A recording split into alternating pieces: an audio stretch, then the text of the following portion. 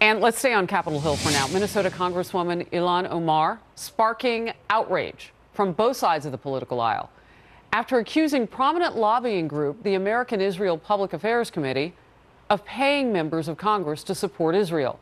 Here is Republican Congressman Peter King earlier today. I can see a person having honest differences with the policy, but suggesting that money is being used to somehow say that Israel is the villain here in the Middle East, when we're faced with Islamist terrorism everywhere in the Middle East and here in our own country, and to be making Israel the enemy and to be slandering Israel like this, it's absolutely shameful. And I think leaders in both parties should come together and denounce it for what it is. And social media has lit up on this. Doug McElway in Washington. Doug?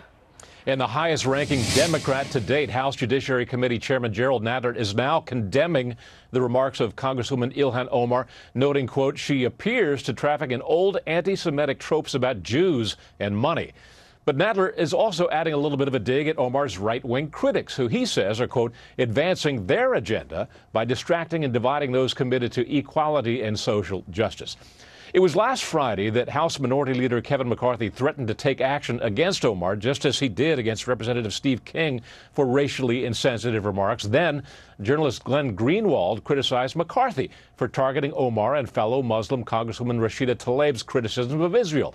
Last night, Omar weighed in with a tweet of her own. Quote, it's all about the Benjamins, baby. That, a reference to money, made famous in Puff Daddy's 1997 rap song. Then, in response to this tweet, would love to know who Ilhan thinks is paying American politicians to be pro-Israel.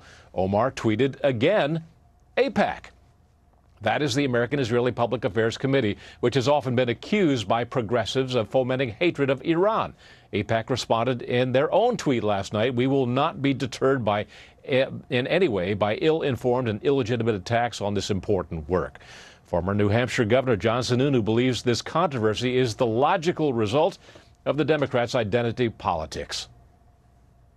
Now they're going to reap the wind, the problems associated with identity politics. When you try to cultivate groups on the basis of race or religion or culture, you're going to run into the conflicts amongst those groups on the basis of religion, culture, and heredity. Last Tuesday, in a talk at the Center for American Progress, Omar said that identity politics works both ways, and she pointed to President Trump. She said words to the effect that, let's be clear, you cannot pretend to stand for religious freedom while you threaten to ban people from an entire religion to enter this country. You cannot pretend to stand for tolerance, she said.